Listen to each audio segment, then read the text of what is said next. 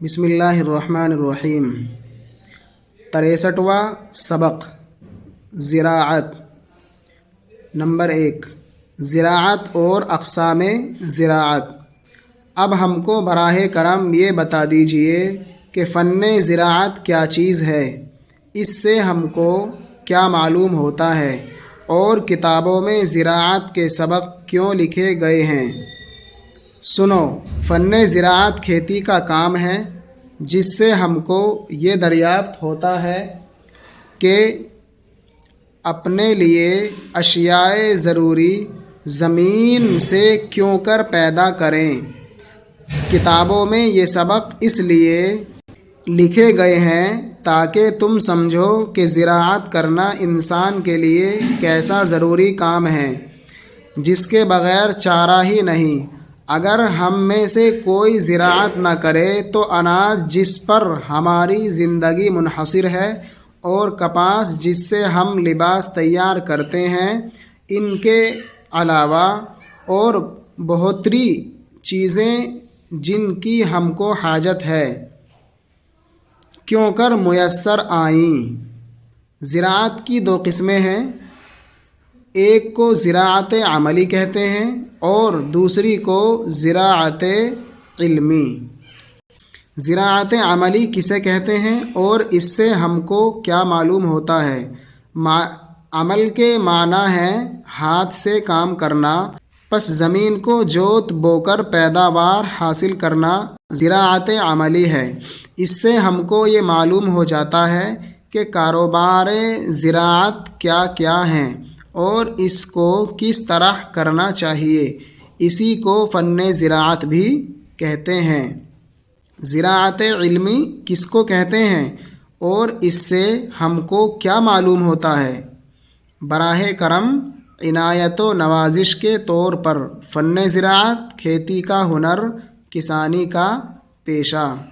علم کہتے ہیں جاننے کو، پس زراعت کے بھیدوں کو جاننا زراعت علمی ہے، اور اس سے ہم کو یہ معلوم ہوتا ہے کم سے کم صرف اور تھوڑی سے تھوڑی محنت میں زیادہ سے زیادہ پیداوار کیوں کر حاصل کی جائے، اور زمین کی قوت پیداوار کو بھی کوئی مستقل نقصان نہ پہنچنے پائے۔ اس کو زراعت عقلی بھی کہتے ہیں، کیونکہ علم زراعت کا جاننے والا سب کام عقل اور سمجھ سے کرتا اور اپنے روپیے، محنت اور صرف کو نقصان سے بچاتا ہے جو اس کے اصلی منافع ہیں۔ علم زراعت کا جاننے والا زراعت کو تجارت کے اصول پر کرتا ہے، اس لیے اس کو محنت اور وقت صرف کرنے کا فائدہ مثل تاجروں کے ہوتا ہے۔ زراعت کے سب کام ہاتھ سے کرنے کے ہیں۔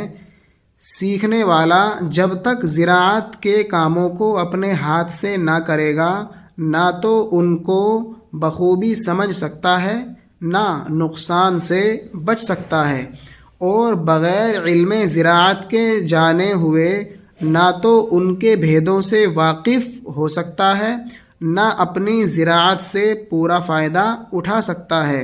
یاد رکھو، زراعت سے پورا فائدہ زراعت کرنے والے کو جب ہی ہو سکتا ہے کہ اس کو علم بھی حاصل ہو اور زراعت کے سب کاموں کو فائدے کے ساتھ ہاتھ سے کرنا بھی سیکھا ہو۔ نوٹ: انسان کی زندگی جن چیزوں پر ہے وہ زیادہ تر زراعت ہی سے حاصل ہوتی ہیں۔ اگر زراعت نہ کی جائے یا کھیتوں میں کچھ پیداوار نہ ہو تو دنیا کے سب کام درہم برہم ہو جائیں اور انسان دنیا میں باقی نہ رہیں۔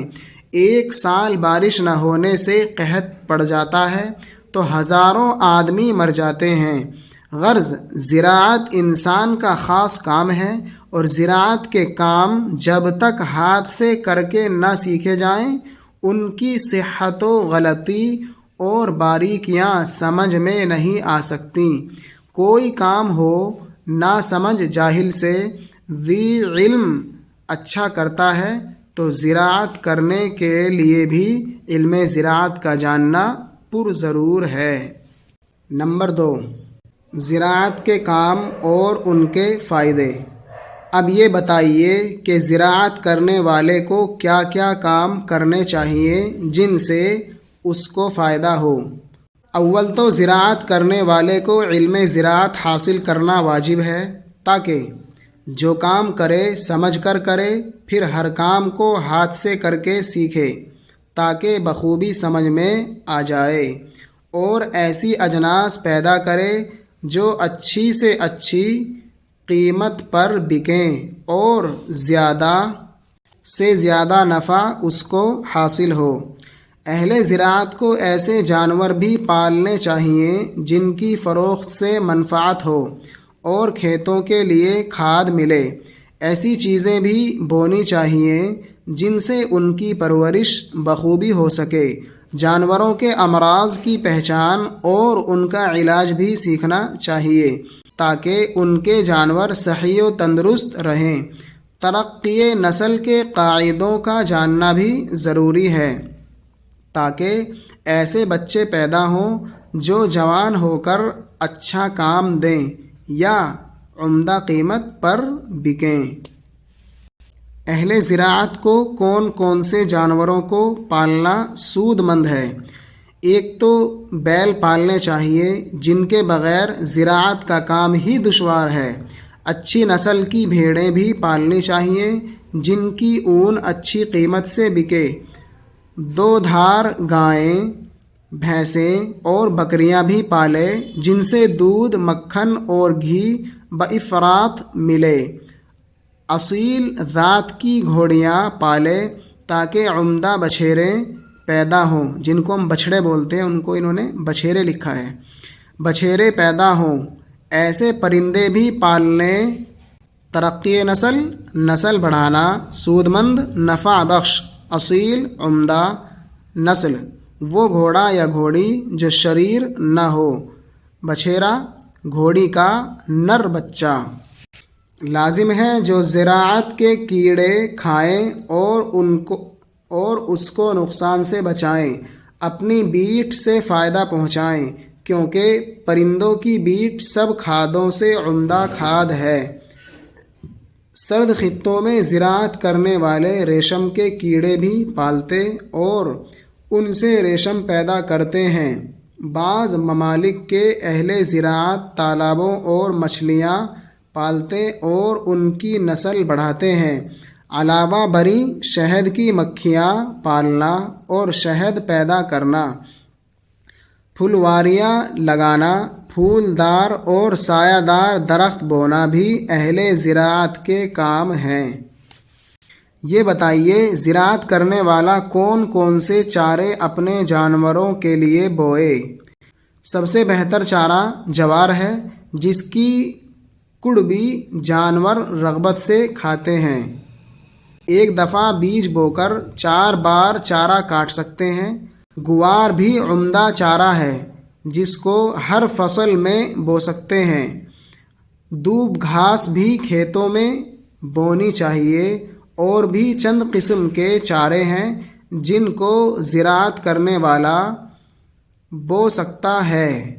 ان کے سوا جو، ارہر، چنا، مٹر اور گیہوں کا بھوسا، جوار اور مکا کی ہری کڑبی، کپاس کا بنولا، تلہن کی پھلیاں، جانوروں۔ سرد خطہ ٹھنڈا علاقہ، کڑبی خشک سوکھے پودے، گوار ایک قسم کا غلہ جو مویشیوں کو دودھ کی زیادتی کے لیے کھلایا جاتا ہے، دوب ایک قسم کی خودرو گھاس، بنولا روئی کا بیج، تخم کپاس، تلہن تیل والے پودے۔ نوٹ: زراعت کرنے والے کو وہ اجناس بونا چاہیے جن کی زیادہ مانگ ہو اور گرا قیمت سے بکیں۔ جانوروں کا پالنا اور ان کی پیداوار سے فائدہ اٹھانا یہ بھی زراعت کرنے والے کا خاص کام ہے۔ صرف زمین جوت کر اور بیج بو کر بہت سا غلہ پیدا کر لینا ہی اس کا کام نہیں۔ اور نہ اس طرح اس کو زیادہ فائدہ ہو سکتا ہے۔ زراعت کے لیے روپیہ بھی چاہیے، مگر سب سے زیادہ محنت، توجہ اور سمجھ کی ضرورت ہے تاکہ کم سے کم صرف میں زیادہ سے زیادہ آمدنی ہو۔